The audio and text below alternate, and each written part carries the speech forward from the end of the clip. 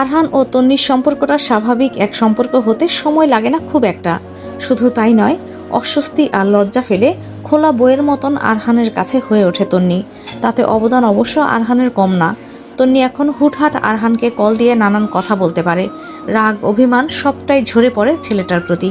বরাবরের মতো আরহানের নাম্বারে কল দিল তন্নি। দেখতে দেখতে তন্নির এসএসসি পরীক্ষা চলে এসেছিল। প্রায় 1 মাস সে পরীক্ষা চলে, আজকে শেষ পরীক্ষা। বাবার সাথে বেরোবে একটু পর। বেরোনোর আগে নিত্যদিনের মতো আরহানের নাম্বারে কল দিল। আরহান কল কেটে দেয়, এরপর নিজেই দেয়। তন্নি কল রিসিভ করে বলে ওঠে, আমি বেরোচ্ছি, সাবধানে যাবে, সাবধানে পরীক্ষা দেবে। শেষ পরীক্ষা বলে একদম তাড়াহুড়া করবা না, নয়তো ডাব্বা মারবে, বলল আরহান। তন্নির হাসি পেলেও সায় জানায় ওর কথায়। এরপর শুধায়, আপনি বেরিয়েছেন অফিসের জন্য? রেডি হচ্ছিলাম। আচ্ছা, সাবধানে যাবেন, বাসায় ফিরে কল দিলে সাথে সাথে রিসিভ করবেন। হেসে ওঠে আরহান। সায় জানিয়ে বলে, আচ্ছা ম্যাডাম, করব, এখন রাখছি, বাসায় এসে কথা বলবো। তানিয়া শোনো। শুনছি তো। আজকে আঙ্কেলকে ম্যানেজ করতে পারবে একটু? তন্নি বেশ বুঝলো মানুষটা কি বলতে চাইছে। পরীক্ষার শেষ দিন বলে তাহমিদ শেখ যেন মেয়েকে না নিতে যায়, সেটাই ম্যানেজ করতে বলছে। বাবা যদি না নিতে যায় ওকে, তবেই না আরহান যেতে পারবে। মুস্কি হাসলো তন্নি, বলল, বাবা শুনবে না, তাছাড়া আমিই বা কেন বলবো? কি বলবো বলুন? ঠিক কতদিন তোমাকে দেখি না, বুঝতে পারছো তুমি? এটা বলে বলে প্রতিদিনই তো ভিডিও কল দিয়ে কথা বলেন, এরপরেও ভিডিও কল আর সামনাসামনি কি এক হলো? আশ্চর্য। আরহানের কাছে পরাজিত হয় তন্নি, কিন্তু নিশ্চুপ থাকে না, বলে ওঠে, আজকে হবে না, প্লিজ বোঝার চেষ্টা করুন, প্র্যাকটিক্যালের দিন দেখা করি। এতটা পাষণ্ড তুমি কি করে হতে পারো তানহিয়া? আমার কিন্তু এবার দেরি হয়ে যাবে। ওকে, এক্সাম বলে ছাড় পেলে, but I am not leaving you Tanhiyat. মুস্কি হাসে তন্নি, দেরি হবে বলে ফোন রাখতে চায়। আরহান এবার সায় জানায়, রাখছি বলে কল কাটার আগে আস্তে করে বলে ওঠে, waiting for you for ever and ever. শেষ পরীক্ষা। পরীক্ষা দিয়ে ফুরফুরে মনেই বেরিয়ে আসে তন্নি। পরীক্ষাটা আজ ভালোই হয়েছে, অন্য সব পরীক্ষার থেকেও ভালো, এজন্য মনটাও ফুরফুরে। ঠোঁটে এক হাসি নিয়েই ভিড় ঠেলে বেরিয়ে আসে ওর পরীক্ষার সেন্টারে পড়া কলেজ থেকে। ভিড়ের জন্য গেট থেকে সামান্য দূরেই রাস্তায় প্রতিদিন অপেক্ষা করেন তাহমিদ শেখ। প্রতিদিনের মতোই তন্নি হাঁটতে লাগলো বাবার উদ্দেশ্যে। কিছুক্ষণের মধ্যে পেয়েও গেল, কিন্তু পথিমধ্যেই হতভম্ব হয়ে পা দুটো থেমে গেল তন্নির। বড় বড় চোখে তাকিয়ে বোঝার চেষ্টা করলো ও কি ঠিক দেখলো না ভুল। সেই ভাবনার মধ্যে সামান্য এগিয়ে এলো, তাতেও যেন আরো স্পষ্ট হয়ে উঠল আরহান চৌধুরী। সে এখানে কেন? তাও আবার তার বাবার সাথে, বাবার পাশে ওর অপেক্ষায়। পিট পিট চোখে তাকিয়ে রইল মেয়েটা। ওকে দেখেই তাহমিদ শেখ জিজ্ঞাসা করলো, পরীক্ষা কেমন হলো? জবাব দিল না তন্নি, শুধু মাথা নাড়ল। ও তো আরহানকেই দেখতে ব্যস্ত, ভাবনায় ব্যস্ত। ওকে নিতে বাবার সাথে কেন? আদৌ কি ওর জন্য এসেছে মানুষটা? তন্নির কথাটা ঠিক বুঝতে পারে না আরহান। কপালে ভাঁজ পড়ে ওঠে, বলে ওঠে, এক্সাম ভালো হয়নি? আরহানের কথা শুনে এবার তাহমিদ শেখও জিজ্ঞাসা করেন, ভালো হয়নি পরীক্ষা? হয়েছে, সবগুলো কমন এসেছে আজকে, বলে প্রশ্ন বের করতে করতে বাবার কাছে এগিয়ে আসে তন্নি। আর চোখে আরহানের দিকে তাকাতেও ভোলে না। চোখের ইশারায় বলতে চায়, আপনি এখানে বাবার সাথে কিভাবে? কি বলেছেন বাবাকে? আরহান ওকে ইশারায় দেখিয়ে গর্ব করার মতন হাসে। তন্নি কপাল কুঁচকে তাকিয়ে রয়। সামান্য পর তাহমিদ শেখ বলেন, আচ্ছা বাসায় চলো। আরহান তুমি? হঠাৎ থেমে যান তিনি। আরহানের দিকে তাকিয়ে কিছু একটা ভাবেন। এরপর আবারও বলেন, আরহান তুমি ওকে বাসায় নামিয়ে দিতে পারবে বাবা? তাহলে আমি একটু অফিসে যেতাম এখান থেকেই। ছেলেটা তো এটাই চেয়েছিল। কোনো রকম দ্বিধা ছাড়াই হ্যাঁ বলে ফেলল। এদিকে পিটপিট চোখে তাকিয়ে তন্নির সবটা দেখে গেল, শুধু বলার কিছুই রইল না ওর। ও জানে আরহানকে বাবা ঠিক কতটা ভরসা করেন। এই, এখানে এসেছেন, বাবা কিছু বলেনি আপনাকে? আপনি কি বলেছেন? গাড়িতে বসেই আরহানকে প্রশ্ন করলো তন্নি। আরহান গাড়িতে উঠে আয়েশ করে বসলো। সিট বেল্ট বাঁধতে বাঁধতে ওর দিকে তাকিয়ে বলল, বউয়ের কাছে এসেছি, কাকে কি বলতে হবে? হ্যাঁ, আর কেই বা কি বলবে আমাকে? সবসময় ফাজলামো আপনার।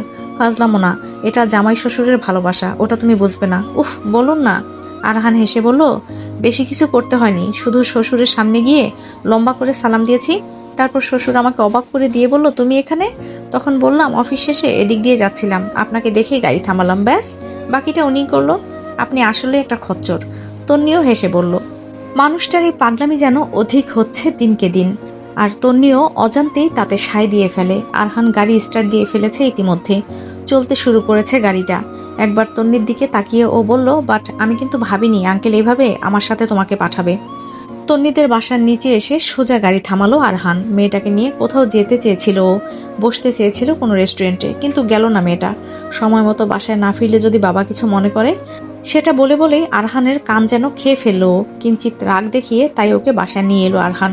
গাড়ি থেকে নামার পর আরহান ওর দিকে তাকালো না পর্যন্ত। ব্যাপারটা অনুভব করলো তন্নি। ওর দিকে তাকিয়ে বলল, আপনি আমাকে ডাক দেখাচ্ছেন? এসেছি তো বাসায়, এখন যাও, দেরি হয়ে যাবে তো। আঙ্কেল আবার কি না কি মনে করবেন। ওকে দেওয়া খোঁচাটা বেশ বুঝলো তন্নি। বলল, মা যদি বাবাকে কল করে তখন ব্যাপারটা কেমন হতো বলেন তো। তাছাড়া আপারও তো বাসায় আসার কথা আজ। আসার কথা না, সকালে এসেছে ভাবি। কি বলছেন, আপা এসেছে? চাপা উত্তেজনা নিয়ে বলে উঠল তন্নি। আরহান কিচ্ছু বলল না।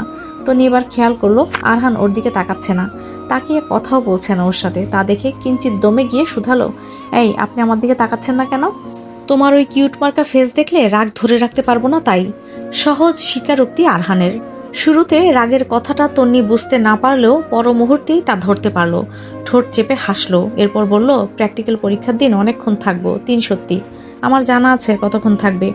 এবার ওর দিকে তাকায় আরহান। তন্নি আবারও হাসে। হাত বাড়িয়ে হঠাৎই আরহানের হাতের মুঠোয় হাত রেখে বলে, হয়েছে, এত রাগ মানাচ্ছে না আপনাকে, বাসায় চলুন। তুমি যাও। যাও মানে? রাস্তা থেকে এভাবে চলে যাবেন? এভাবে হুট করে যাওয়াটা কেমন দেখায়? তুমি যাও। বাসার বাইরে থেকে আপনি চলে যাবেন সেটা কি খুব ভালো দেখাবে? তানিয়া, আপনি এখনো আমার উপর রাগ করে আছেন অভিক? আচ্ছা বেশ, যেতে হবে না বলে হুট করে গাড়ি থেকে নামলো তন্নি। পেছনে ফিরে না তাকিয়ে হনহন করেই গেট খুলে ভিতরে ঢুকলো। এদিকে আরহান বুঝতেই পারলো না হঠাৎ কি হলো। ও তো তন্নির মুখে প্রথমবারের মতো নিজের নাম শুনেই হারিয়ে গেছে। এরপর যখন জানালা দিয়ে তন্নিকে যেতে দেখলো, তখনই হুড়মুড় করে গাড়ি থেকে নামলো। কোনো রকমে গাড়িটা লক করে ছুটে গেল তন্নির পেছনে। তন্নি তখন সিঁড়ি বেয়ে উঠেছে অর্ধেকটা। আরহান ওকে নাগাল পেতেই ঝুটি করা চুল টেনে ধরলো। ওর পাশাপাশি দাঁড়িয়ে বলল, এই মুহূর্তে মনে হচ্ছে শক্ত করে জড়িয়ে ধরি তোমাকে, বাট আমি ভদ্র ছেলে। পিটপিট চোখে তাকায় তন্নি। রাগ দেখিয়ে বলে ওঠে, শ্যাট আপ, একদম বাসায় আসবেন না আপনি। বাসায় ঢুকে আরহান তন্নি তনুজার দেখা পেল। আরহানকে দেখে তনুজা অবাক হলো না। বাবার সাথে কথা হয়েছিল কিছুক্ষণ আগে, জানিয়েছিল ছেলেটার সাথেই আছে তন্নি। ড্রয়িং রুমে বসেই তনুজা আর সাহেরা বেগমের সাথে কথোপকথনে ব্যস্ত হলো আরহান। তন্নি তাকে খুব একটা গুরুত্ব না দিয়ে নিজের রুমে ঢুকলো। একটু সময় নিয়ে ফ্রেশ হয়ে জামা কাপড় ছাড়লো, তারপর বের হলো রুম থেকে। ড্রয়িং রুমে এসে কাউকেই পেল না তন্নি, তাই এগুলো ডাইনিং রুমে, সেখানেও পেল না মাকে। ওকে দেখে সাহেরা বেগম চাপা স্বরে ধমক দিয়ে বললেন, তোর আক্কেল জ্ঞান কবে হবে শুনি? ছেলেটাকে বসিয়ে আগে ফ্রেশ হতে গেছিস তো আমি কি করতাম মা? উনি কি নতুন এসেছে আজকে বাসায়? নতুন না আসুক, সম্পর্ক তো নতুন হচ্ছে। যা দেখ ছেলেটার কি লাগে। চুপ করে যায় তন্নি, সহসায় বলতে পারে না কিছু, তবে মায়ের কথাটা গুরুত্বও দিতে চায় না। তাই একটু সময় নিয়ে বলে, আপা কোথায়? তহাকে খাওয়াচ্ছে, তুই গিয়ে দেখ আরহানের কি লাগে। বলেই ব্যস্ততা দেখিয়ে রান্নাঘরে ছুটলেন তিনি। তন্নি সেদিকে তাকিয়ে সুপ্ত নিঃশ্বাস ছাড়ল। এখনই আরহানকে নিয়ে তার এত ব্যস্ততা, না জানি ওদের বিয়ের পর আর কি কি করবে। আরহান ফ্রেশ হতে ওয়াশরুমে ঢুকেছিল, বেরিয়ে দেখতে পায় তন্নিকে। এগিয়ে এসে হুট করেই ওড়না টেনে নেয় মেয়েটার। এরপর নিজের মাথা সহ মুখখানা মুছতে থাকে। তন্নি প্রায় চমকে ওঠে। দ্রুত এদিক ওদিক তাকিয়ে দেখতে লাগে কেউ দেখলো কিনা। হন্তদন্ত হয়ে বলে উঠল, কি করছেন আপনি? কেউ চলে আসবে তো, ছাড়ুন, আমি তোয়ালে এনে দিচ্ছি। হেলদোল নেই আরহানের। সে বড্ড আয়েসি ভঙ্গিতে মাথা ও মুখ মুছল। এরপর তন্নির দিকে তাকিয়ে কিউট একটা হাসি দিয়ে বলল, তোয়ালে দিয়ে কি করব? বউয়ের ওড়না আর তোয়ালে কি এক হলো? আপনি বোধহয় ভুলে যাচ্ছেন এখন আমাদের বিয়ে হয়নি। ও শিট, আসলে ভুলে যাচ্ছি। বলেই তন্নির ওড়নাটা ছেড়ে দিল আরহান। মেয়েটা ছাড়া পেয়েই এগিয়ে যেতে লাগলো। আরহান বড় বড় ধাপ ফেলে ওর পাশ ধরলো। বলে উঠল, চলো না বিয়ে করে ফেলি, ভুলগুলো আর রিপিট হওয়ার চান্স থাকবে না। খচ্চর লোক, সরুন বলছি। বলেই হনহন করে চলে যায় তন্নি ডাইনিং রুমে। হাসতে হাসতে আরহানও ওর পিছু নেয়। দুপুরে খাওয়া দাওয়া শেষ করে সেই বিকালটা আরহান সেখানেই কাটালো, তন্নি, তনুজা আর তহার সাথে। টিভি দেখে ও গল্প করে। এর মাঝে তন্নিকে কম জ্বালায়নি অবশ্য। বিরক্ত হয়ে তন্নি নিজের রুমে গিয়েও বসেছে 2-1 বার। তন্নির প্র্যাকটিক্যাল পরীক্ষা শেষ হয়েছে 2 দিন আগেই। তনুজা এখনো ওখানেই আছে। অনেকদিন পর এসেছে বিধায় এবারে থাকাটা দীর্ঘদিন। তন্নির পরীক্ষা শেষ, তাই জোর করেই আপাকে রেখেছে সে। তহার সাথে কাটানোর সময়গুলো তন্নি বেশ উপভোগ করে। প্রতিদিনের মতো আজকেও সকাল থেকে থেকে তহার সাথে সময় কাটিয়েছে তন্নি। মা আপা রান্নাঘরে, বাবা অফিসে যাবার জন্য রেডি হচ্ছে। এর মাঝে একটা দুঃসংবাদ এলো।